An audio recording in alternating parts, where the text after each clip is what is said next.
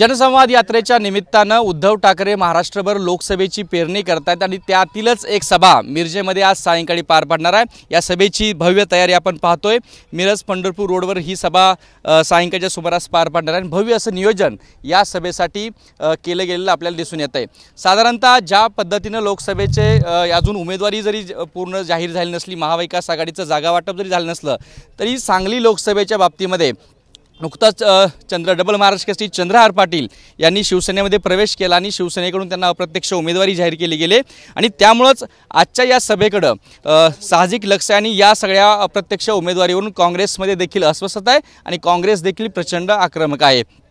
आपल्यासोबत आता चंद्रहार पाटील आहेत। आज या सभेच्या माध्यमातून उमेदवारीची मशाल पेटवली जाणार का?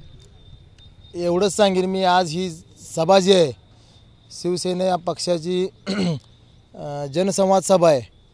त्यानंतर ह्या सभेचं रूपांतर आज महाविकास आघाडीची सभेत रूपांतर झालेलं आहे। कारण आम्ही नियोजन करताना शिवसेना पक्षाची जनसंवाद सभा म्हणून सुरू केली होती, पण आज दुसरी स्टेप ही जी आलेली आहे की महाविकास आघाडीची सभा आज ही दुसऱ्या स्टेपला, तिसरी स्टेप अशी होणार आहे। माझी संध्याकाळी उमेदवाराची घोषणा होणार आहे इथं, आणि चौथी स्टेप अशी होऊ शकते की प्रचाराचा नारळही साहेबांच्या हस्ते इथं फुटू शकतो। ह्या गोष्टी आज होऊ शकतात आणि त्या होणार आहेत। पण एकसंघपणे या सभेला महाविकास आघाडी दिसणार नाही आहे, कारण काँग्रेसनं आक्षेप घेतलेला आहे की ज्या पद्धतीनं शिवसेनेनं गडबड केली उमेदवारी जाहीर करण्याबाबतीमध्ये। आज संध्याकाळी तुम्हाला पाहायला मिळेल राष्ट्रवादी काँग्रेस पक्ष हा इथं उपस्थित राहणार आहेत। काँग्रेसचे पण 5 तालुका अध्यक्ष तुम्हाला दुपारी इथं बघायला मिळतील। माझा स्वतः संपर्क झालेला आहे त्यांच्याबरोबर, त्यामुळे आघाडीत कुठलीही बिघाडी नाही। थोड्या वरिष्ठ लेवलच्या गोष्टी आहेत ते पुढे पाठीमाग होतील, पण ह्यातनं काही कुठलं अडचण येणार नाही आणि मी म्हणलोय त्याप्रमाणे संध्याकाळी सर्व गोष्टी क्लिअर होतील। तुम्ही आवाहन देखील करताय की जर विशाल पाटलांना मिळाली तर मी मागं उभं राहीन त्यांच्या, मला मिळाली तर त्यांनी उभं राहावं। महाविकास आघाडी म्हणजे सगळेजण एकत्र मिळून चालायचं आणि पुढच्या उमेदवाराला पराभूत करणे हा महाविकास आघाडीचा अर्थ आहे असं मला वाटतंय।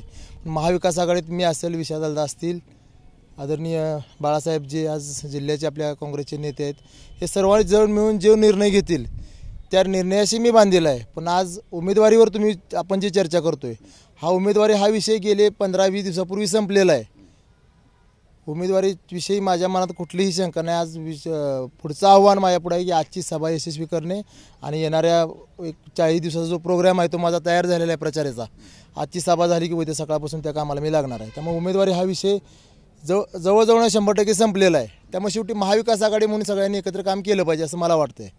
काही अपेक्षा अजून आहेत महाविकास आघाडीमध्ये, खास करून काँग्रेस पक्षाकडून ज्या पद्धतीनं ते आग्रही आहेत, आणि मैत्रीपूर्णची किती शक्यता तुम्हाला वाटते? आता ते मी काय बोलू शकत नाही, कारण त्या वरिष्ठ लेवलच्या गोष्टी आहेत। मैत्रीपूर्ण किंवा काय, पण सगळी महाविकास आघाडी पूर्ण राज्यात एकत्र काम करते, तशीच सांगलीत पण काम करेल असा मला विश्वास वाटतोय।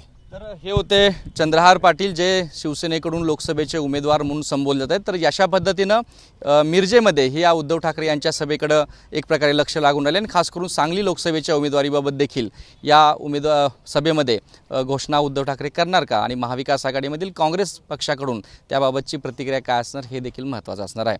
कॅमेरा पर्सन योगेश सोबत कुलदीप माने, एबीपी माझा, सांगली। एबीपी माझा, उघडा डोळे बघा नीट।